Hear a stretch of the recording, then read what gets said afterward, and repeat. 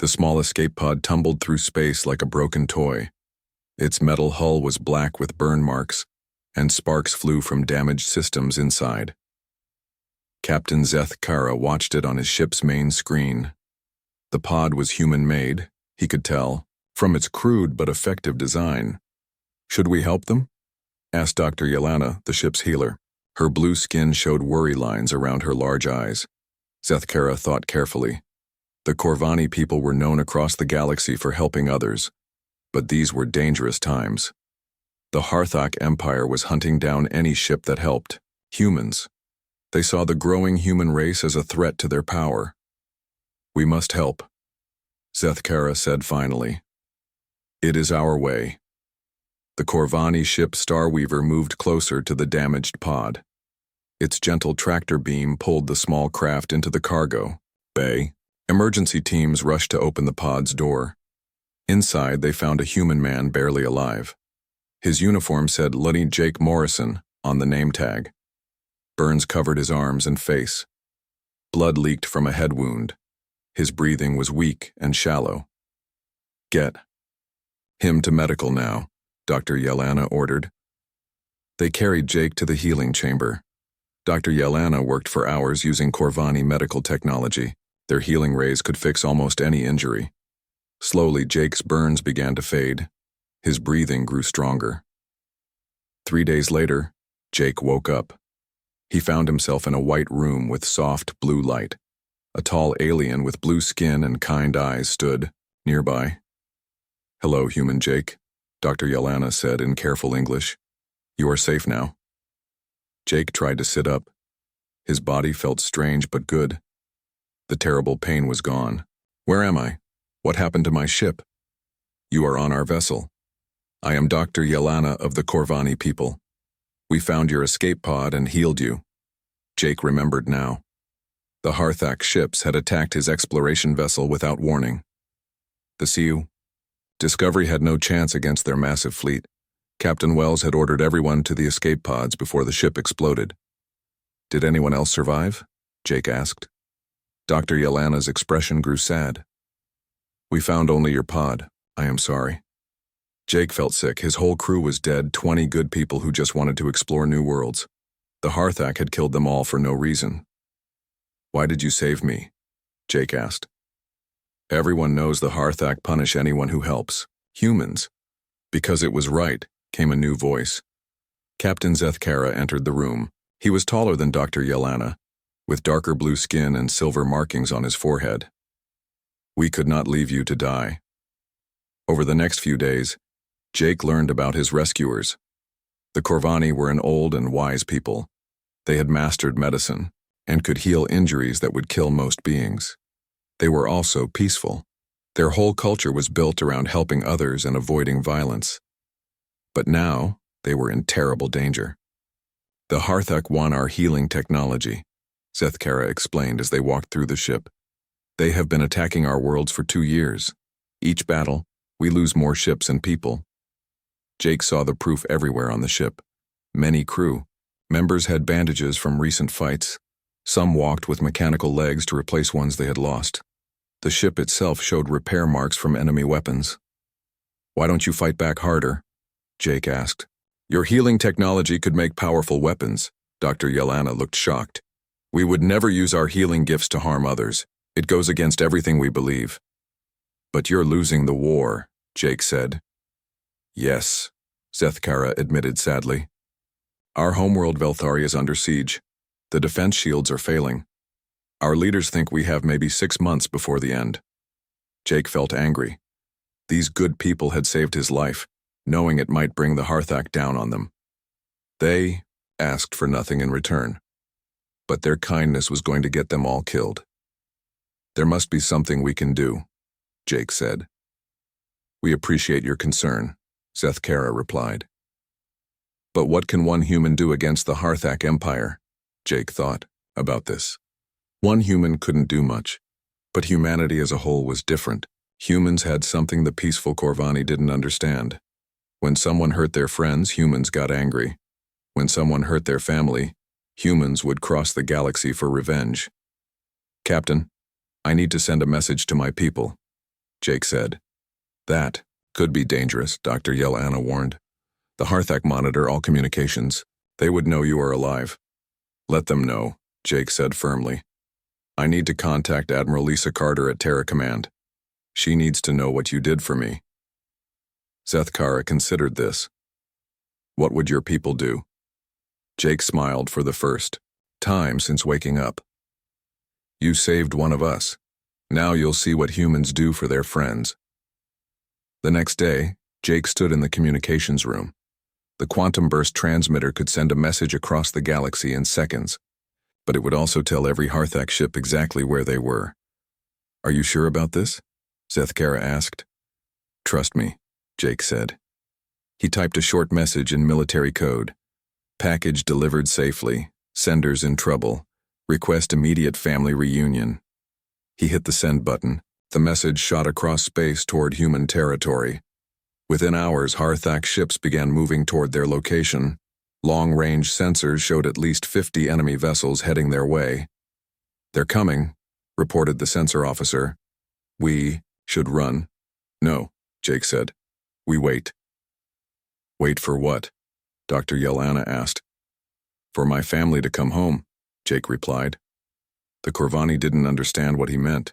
They had no idea what they had started by saving one human life. They thought they had rescued a single man. They didn't know they had just made 50 billion humans very angry. Jake looked out at the stars and smiled. Admiral Carter would understand. His message. Soon the Harthak would learn what happened when you threatened humanity's friends. The rescue was over. Now came the reckoning. Admiral Lisa Carter stood in the command center of Terra Station, watching the stars through the massive windows. At 55, she had gray hair and sharp eyes that had seen too many battles. She commanded the entire human defense fleet, and, right now she was worried. Reports kept coming in about Harthak attacks on human ships. The alien empire was getting bolder. They seemed to think humans were weak and easy targets. Admiral, urgent message coming in, called Lieutenant Sophie, Kim from the communication station. It's a quantum burst from deep space, military encryption. Carter walked over quickly. Quantum burst messages were expensive and dangerous to send. They lit up every sensor in the galaxy. Someone only used them for emergencies. Put it on screen, she ordered. The message was short. Package delivered safely. Senders in trouble. Request immediate family reunion. Carter read it twice. The code was old, but she remembered it. Jake Morrison had sent this. The young lieutenant was supposed to be exploring the outer rim with Captain Wells and the Discovery. If he was sending emergency codes, something had gone very wrong. Package delivered safely meant he was alive and being helped by friendlies. Senders in trouble meant whoever helped him was now in danger. Family reunion was a request for military support. Get me General Kevin Walsh and Colonel Amy Rodriguez, Carter ordered.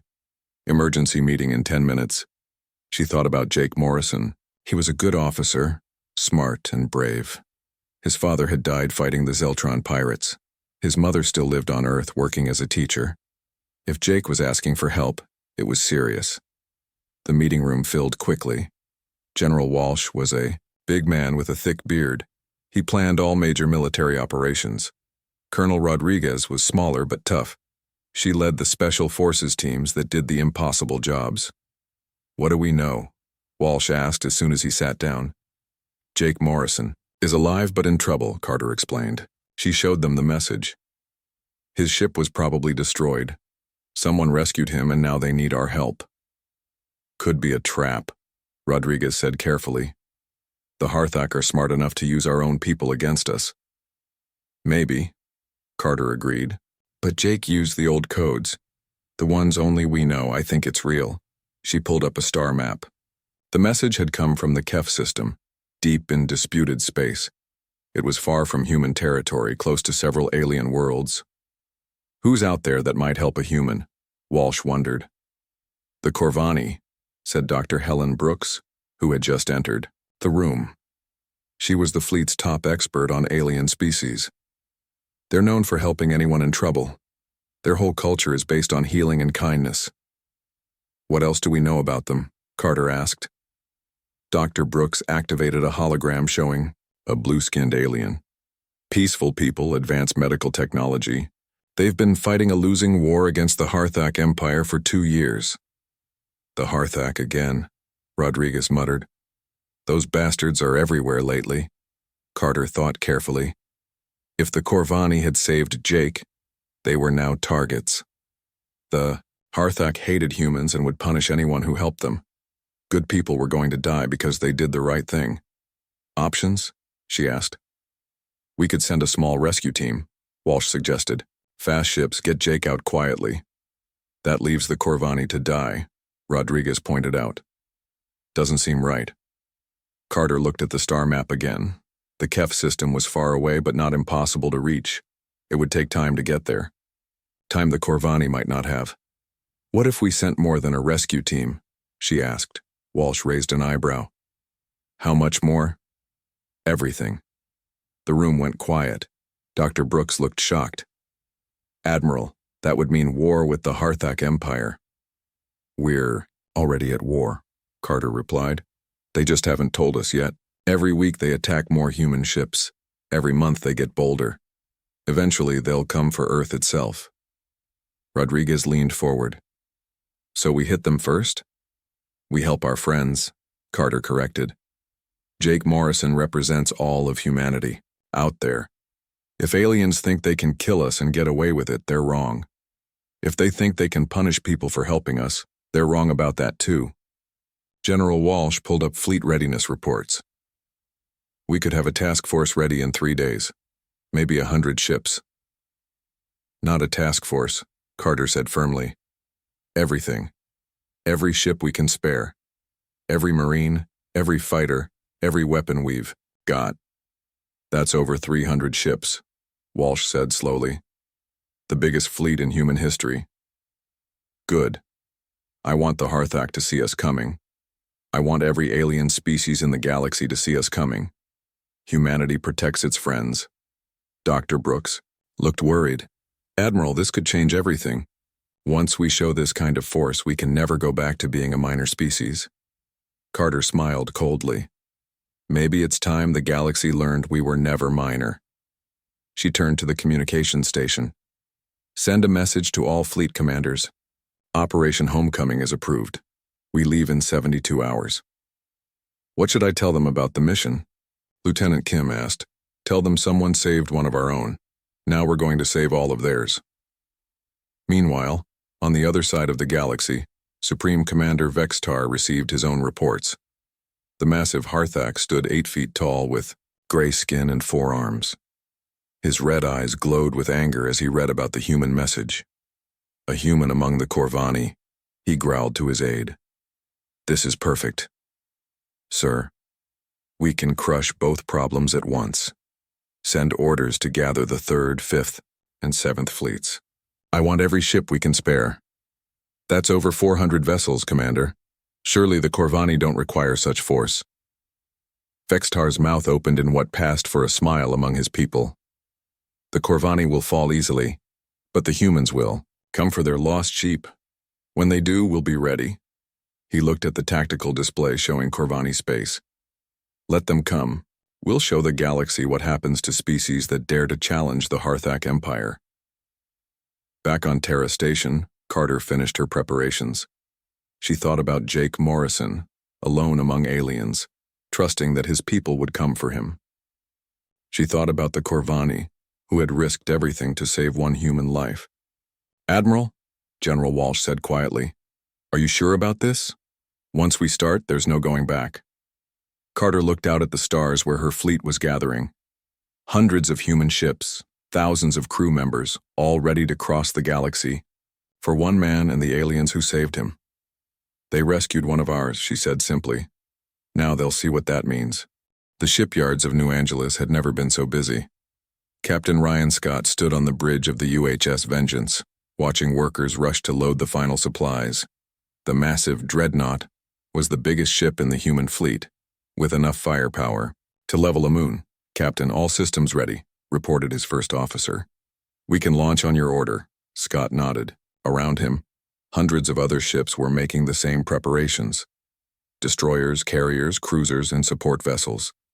The largest fleet humanity had ever assembled was getting ready to jump across the galaxy. "Any word from Admiral Carter?" Scott asked. "She's aboard the UHS Guardian with the command group. Admiral says we launch in 6 hours." Scott looked at the tactical display. His dreadnought would lead Battle Group Alpha, the main assault force. Captain Maria Santos commanded Battle Group Beta with the carrier Thunder and her fighter squadrons. Commander Alex Turner led the stealth group with ships like the Shadow that could sneak past enemy sensors. It was an impressive force. But Scott wondered if it would be enough. On the carrier Thunder, Captain Santos walked through the fighter bays. Dozens of Phoenix-class fighters sat ready for launch. Their pilots were young but skilled, eager to prove themselves in battle. "How many birds can we put in space?" she asked her wing commander. 96 fighters, 40 bombers," Lieutenant Sophie Kim replied. "Plus the new torpedo squadrons with the heavy ships killers." Santos smiled. The Phoenix fighters were the newest design, fast and deadly. Each one could take on 3 enemy ships and win. The bombers carried weapons that could crack open the heaviest armor. "Make sure the pilots know the plan," she said. "We're not just fighting for ourselves, we're fighting for the people who saved Lieutenant Morrison." In another part of the fleet, Commander Turner checked his stealth ships. The destroyers, Shadow, Ghost and Phantom looked small next to the big dreadnoughts. But they had special jobs to do. "Cloaking systems test green," his weapons officer reported. "New quantum torpedoes loaded and ready." Turner had spent years perfecting stealth tactics. His ships could slip past enemy sensors, strike without warning, and disappear again. They would go in first to clear the way for the main fleet. Back on Terra Station, Admiral Carter received reports from across human space. The military response was huge, but it was more than just the official fleet. CEO Frank Powell of Titan Mining had donated enough raw materials to build 50 new ships. Dr. Helen Brooks led a team of scientists working on new weapons and defenses. Even retired veterans were volunteering to serve again. "Admiral, we have a problem," General Walsh said, entering her office with a smile. "Too many volunteers." Carter looked at the numbers. Over 1 million humans had asked to join the mission. Civilians wanted to serve on ships, build weapons, or provide supplies. Retired soldiers were coming out of retirement. "Sergeant Pete Johnson is 70 years old," Walsh continued. "He lost his leg in the Centauri War 20 years ago. He still wants to serve." "Let him," Carter said firmly. "Find jobs for all of them. This isn't just about the military anymore. This is about showing the galaxy who we are." On the hidden Corvani base at Kef 7, Jake Morrison worked with his rescuers to prepare for what was coming. The Harthak fleet was getting closer every day. Long-range sensors showed over 400 enemy ships heading their way. "Your people are really coming?" Dr. Yelena asked. She found it hard to believe that humans would cross the galaxy for one man. "They're coming," Jake said confidently. "The question is whether we can hold out until they get here." Captain Zeth Kara studied the tactical displays. The Corvani had maybe 50 ships, all designed for healing and transport rather than fighting. The Harthak had 10 times that number, all built for war. "We could run," he suggested. "Hide in the outer systems until help arrives." "No," Jake said firmly. "Running just delays the problem. Besides, my people will expect to find us here." He looked at the Corvani technology around him. Their healing rays were incredibly powerful. Their energy shields could stop almost any weapon. Their ships were fast and efficient. "You have all the tools you need to fight," Jake told them. "You just need to think differently about using them." "We do not make weapons," Dr. Yelena said sadly. "It is against our nature." "Then don't make weapons," Jake replied. "Make tools. Healing rays can fix people, but they can also overload enemy electronics. Your shields can protect you, but they can also ram enemy ships. Your speed can run away, but it can also attack and escape." Captain Zethkara looked interested. "You would help us plan these tactics?" "Absolutely. The Harthak think you're helpless. Let's show them they're wrong." Supreme Commander Vextar stood on the bridge of his flagship, the Destroyer of Worlds. Around him, the largest Harthak fleet ever assembled moved through space. 450 ships armed with the best weapons in the Empire. "Status report," he demanded. All fleets are in position, Commander, his aide replied. We'll reach the Corvani base in 2 days. And the humans? Long-range scouts report a large human fleet moving toward this sector. At least 300 ships. Vextar laughed, a harsh sound that made his crew nervous. 300 ships against 450. The humans are brave but stupid. He looked at the tactical display showing both fleets converging on Corvani space. This would be the battle that decided the fate of 2 species. When the humans arrive, they'll find the Corvani already dead. He said coldly, then we'll destroy them too. The galaxy will learn that helping humans brings only death. Back in human space, the last ships were ready to launch. Admiral Carter stood on the bridge of the Guardian, watching her fleet form up in space. It was beautiful and terrifying at the same time. All ships report ready for jump, her communications officer announced. Carter thought about Jake Morrison, probably scared and alone among aliens. She thought about the Corvani, who had risked everything to save one human life. She thought about her duty to protect humanity and its friends. This is Admiral Carter to all ships, she said into her communicator. Today we travel across the stars to help people who helped us. Some of you wonder if one human life is worth this risk. I tell you it's not about one life, it's about showing the galaxy what humanity stands for. She paused, looking at the fleet arrayed before her. The Corvani could have left Lieutenant Morrison to die. It would have been safer. Instead, they risked their lives to save his. Now they face extinction because they did the right thing. That's not acceptable. Captain Scott listened from the Vengeance. Captain Santos heard it on the Thunder. Commander Turner received it on the Shadow. Across the fleet, thousands of humans prepared for the longest journey in their history. We, our humanity, Carter continued. We protect our friends, we honor our debts, and we never abandon our own. Today the galaxy learns what those words really mean. She took a deep breath. All ships, engage jump drives. Operation Homecoming begins now. Space around the fleet began to bend and twist. One by one, the ships disappeared into hyperspace, racing across the galaxy toward a distant star system, where aliens waited for salvation that might never come. The battle began at dawn on Velthari, the Corvani homeworld. Supreme Commander Vextar watched from his flagship as his massive fleet surrounded the planet. 450 Harthak ships against 50 Corvani vessels. It should have been over in minutes. Begin the attack, he ordered. Harthak ships opened fire with plasma cannons and missile barrages. The Corvani defense shields flared bright blue as they absorbed the impacts. But Jake Morrison had been busy during the past week. Now, Captain Zethkara said quietly. The Corvani ships moved like dancers, spinning and weaving between enemy shots. Their healing rays, modified by Jake's suggestions, lanced out to overload Harthak electronics. Enemy ships suddenly went dark as their systems failed. What's happening? Vextar demanded as his tactical display showed ships going offline. Unknown weapon, sir. It's shutting down our computers. The Corvani weren't done. Their fast ships rammed into larger Harthak vessels, using their shields as battering rams. They hit and ran, never staying in one place long enough to be targeted properly. Impossible, Vextar snarled. The Corvani are pacifists. They don't know how to fight. They're learning, his aide replied nervously. Jake Morrison stood on the bridge of the Corvani flagship, helping coordinate the defense. The blue-skinned aliens around him worked with grim determination.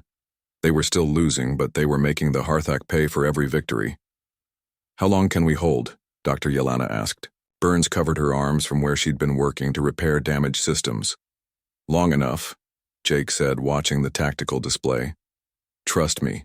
Light years away, the human fleet dropped out of hyperspace at the edge of the Velthari system. Admiral Carter stood on the bridge of the Guardian, studying the battle raging around the Corvani homeworld. Status report, she ordered. Massive engagement in progress, her sensor officer replied. 400+ Harthak ships attacking the planet. Corvani fleet is heavily outnumbered but still fighting. Carter smiled grimly. Jake Morrison had taught his rescuers well.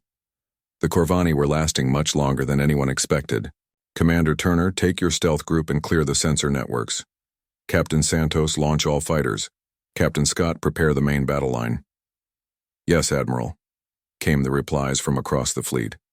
The Shadow and her sister ships vanished from sensors as their cloaking systems activated. Commander Turner led his destroyers toward the outer edge of the Harthak fleet, where sensor stations watched for incoming threats. Target the command ships first, Turner ordered. Quantum torpedoes, full spread. The stealth ships struck without warning. Invisible until the moment they fired, they launched devastating torpedo attacks that crippled Harthak sensor networks. Suddenly, the enemy fleet was blind to what approached from deep space. Captain Santos watched her fighters launch from the thunder. 96 Phoenix fighters and 40 bombers streaked toward the enemy fleet like angry hornets. Remember the plan, she told her pilots. Hit and run tactics. Don't get caught in a straight fight. Lieutenant Sophie Kim led the first squadron into battle. Her Phoenix fighter was fast and deadly, armed with the newest human weapons. She picked a Harthak cruiser and dove toward it. Fox 1, Fox 2, she called, launching missiles. The weapon struck the enemy ship's engines, leaving it drifting helplessly. All around her, other human pilots struck similar targets. They didn't try to destroy the big ships. Instead, they crippled engines, weapons, and communications. The Harthak fleet began to lose coordination as ships fell out of formation. Supreme Commander Vextar finally realized what was happening. New contacts on the edge of the system. Human ships, lots of them. How many? He demanded. Still counting. Sir, at least 300. No, wait, 400. Sir, they keep coming. Vextar felt the first touch of fear. The humans had brought everything. This wasn't a rescue mission. This was an invasion. All ships, break off attack on the planet, form battle lines to face the human fleet, but it was too late for careful tactics. Captain Scott's dreadnoughts had arrived. The UHS Vengeance led the charge, its massive bulk bristling with weapons. The gravity cannons were humanity's newest innovation, weapons that could crush a ship into a black hole. Scott had been eager to test them in real combat. Target their flagship, he ordered. Full power to the gravity cannon. Space itself seemed to bend around the destroyer of worlds as the gravity cannon fired. The Harthak flagship's hull began to crack under impossible forces. Metal twisted and compressed as the ship was slowly crushed into a sphere of super-dense matter. Impossible, Vextar whispered as his ship died around him. No species has weapons like this. Around him, the human fleet showed the galaxy what modern warfare looked like. Plasma beams that could cut through any armor. Missiles that moved faster than thought. Ships that appeared and disappeared at will. But the humans didn't just rely on superior weapons. Colonel Amy Rodriguez led orbital drops onto Harthak command stations, her Marines hitting key targets with surgical precision. Captain Tony Blake coordinated ground assaults that captured enemy leaders alive. The Harthak Empire had ruled through fear and superior numbers. They had never faced an enemy that matched their technology and exceeded their tactical skills. Sir, we're losing ships faster than we can count, the aide reported to what remained of Vextar's command crew. 30 ships destroyed, 60 more disabled. Retreat, Vextar ordered, his pride broken. Full retreat. But Commander Turner's stealth ships had anticipated this. As Harthak vessels tried to flee, they found their escape routes blocked by invisible destroyers. Quantum torpedoes struck fleeing ships, leaving them drifting in space. Jake Morrison watched the battle from the Corvani flagship, hardly believing what he saw. The human fleet moved like a living thing, each ship perfectly coordinated with the others. It was beautiful and terrifying. Your people fight like demons, Captain Zethkara said with awe. We fight for our friends, Jake replied simply. Dr. Helen Brooks worked frantically aboard one of the human medical ships.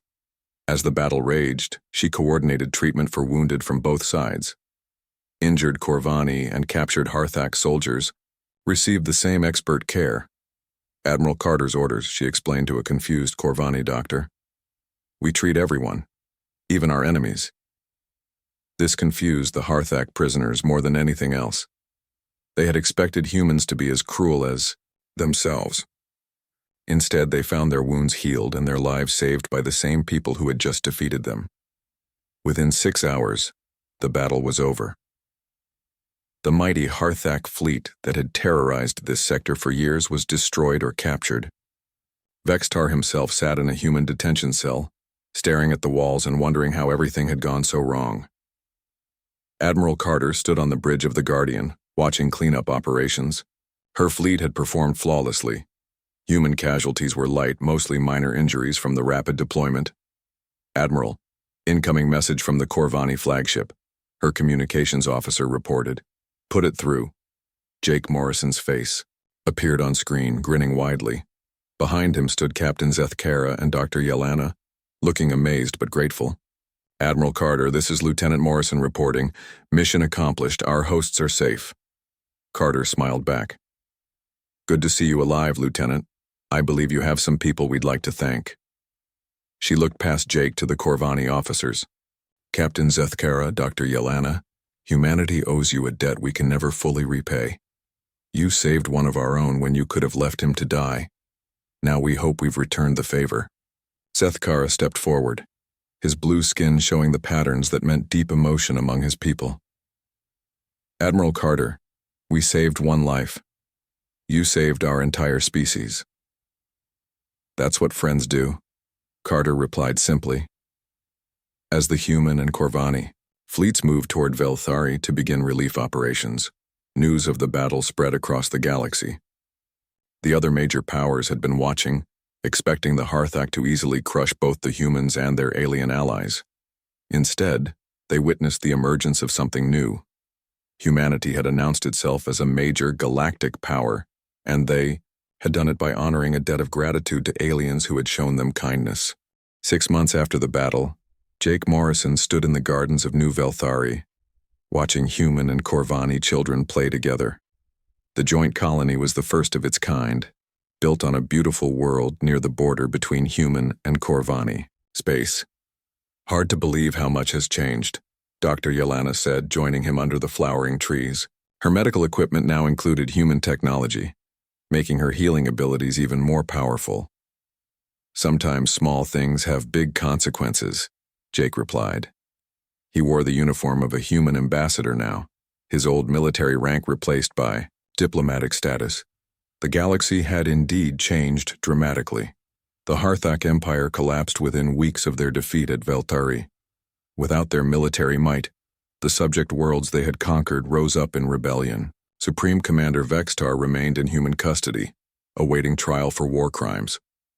"Ambassador Morrison, you're needed in the council chamber," came a voice behind them. Captain Zethkara approached, but he too wore new insignia. The Corvani government had made him their official liaison to humanity. The three friends walked toward the main building of New Velthari.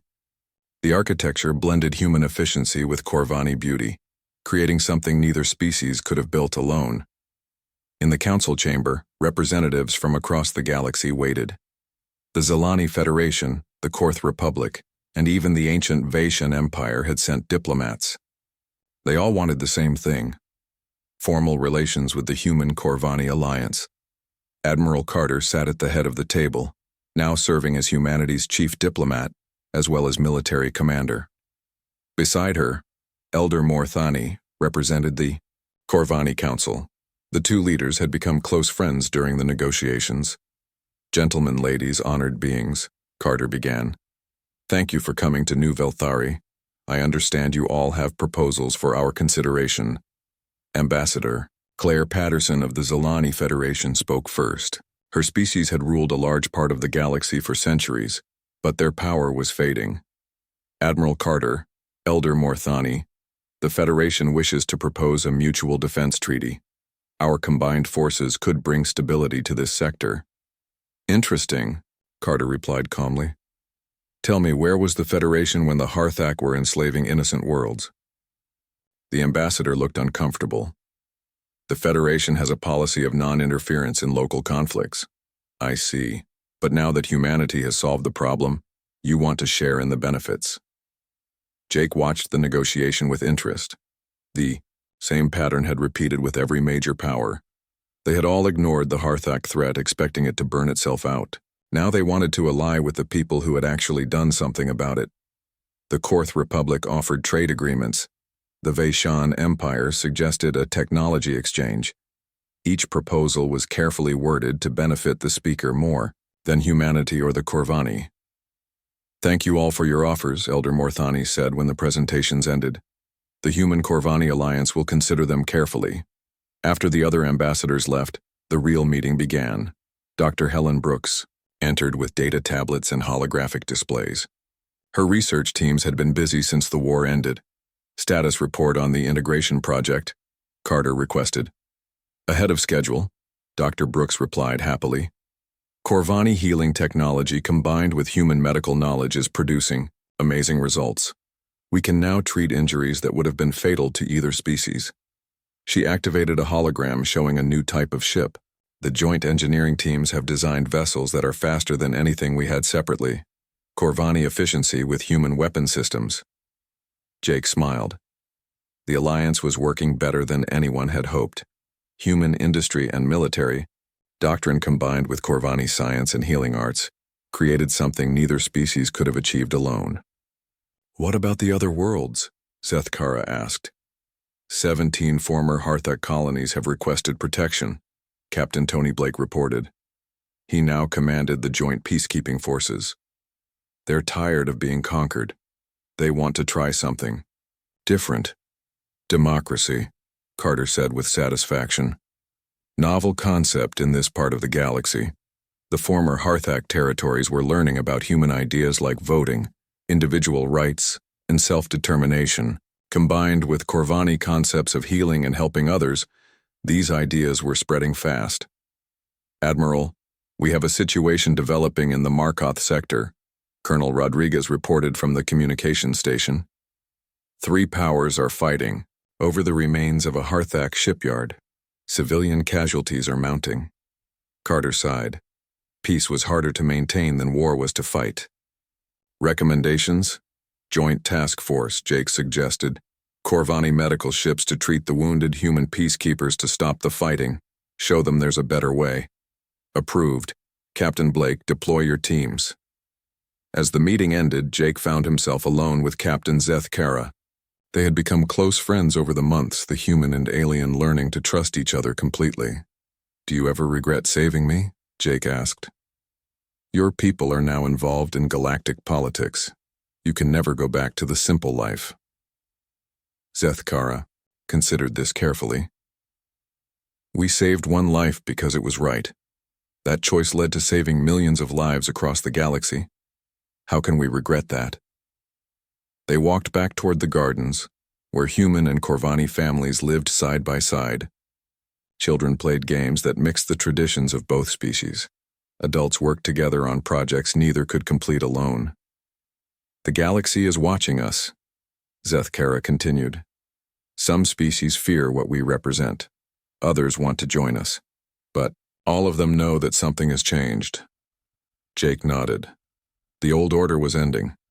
For centuries, the galaxy had been divided into competing empires that ruled through fear and force. The Human Corvani Alliance offered something different: cooperation, mutual aid, and respect for all thinking beings.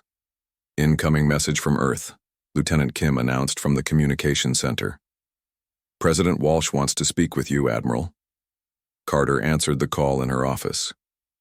General Kevin Walsh, now the elected leader of humanity, appeared on screen. Behind him stood other human leaders from across their territory. "Admiral, congratulations on the Markoth peacekeeping mission. Another successful intervention." "Thank you, Mr. President. The Corvani medical teams made the real difference. 3 species that were killing each other are now working together." "That's what I wanted to discuss. The Senate has voted to offer full membership in the Alliance to any species that meets our criteria." Carter raised an eyebrow. "Which are? Democratic government, respect for individual rights, and commitment to peaceful resolution of disputes. We're calling it the Galactic Democratic Alliance." Jake smiled when he heard the news. What had started as a simple rescue was becoming something much larger. The idea that different species could work together as equals was spreading across the galaxy. In his cell on a human prison station, former Supreme Commander Vextar watched news reports of the expanding alliance. His empire had collapsed. His fleets destroyed, his armies scattered, all because he had underestimated a single human's value to his people. Should have killed him when we had the chance, he muttered to himself. But it was too late for regrets. The galaxy was changing, and there was no going back. Years later, Jake Morrison stood once again in the gardens of New Velthari. The colony had grown into a small city, home to dozens of species working together. His own children played with Corvani youngsters and aliens from across the galaxy. Dr. Yelana approached, now wearing the insignia of the Alliance Medical Corps. Ambassador, the new graduates are ready for assignment. Jake watched a group of young beings receive their diplomas. Humans, Corvani, former Harthak subjects, and representatives of 6 other species. They had all trained together, learned together, and would now serve together as healers and peacekeepers. Where are they going? He asked. Everywhere, Yelana replied with a smile. The Outer Rim needs medical assistance. The Spiral Arm wants help building democratic institutions. The core worlds are requesting teachers for their children. Captain Zethkara joined them, his hair now gray with age but his eyes still bright with purpose. The Council has approved 15 new colonies. Species that have never cooperated before are working together. Jake thought about the long chain of events that had started with his rescue. One act of kindness had grown into a movement that was reshaping galactic civilization. Any regrets? Zethkara asked, echoing their old conversation. Jake looked around, at the peaceful, prosperous world they had built together. Human efficiency and Corvani wisdom had created something beautiful. Other species had added their own gifts to the mixture. None, he said firmly. Sometimes the smallest act of compassion can change everything. As the sun set over New Velthari, the lights of the growing city began to twinkle like stars. Ships from dozens of worlds came and went, carrying people, goods, and ideas across the galaxy. What had once been an empty world was now a symbol of hope for millions of beings. The age of empires was ending. The age of cooperation had begun, and it all started because some aliens decided to save one human life.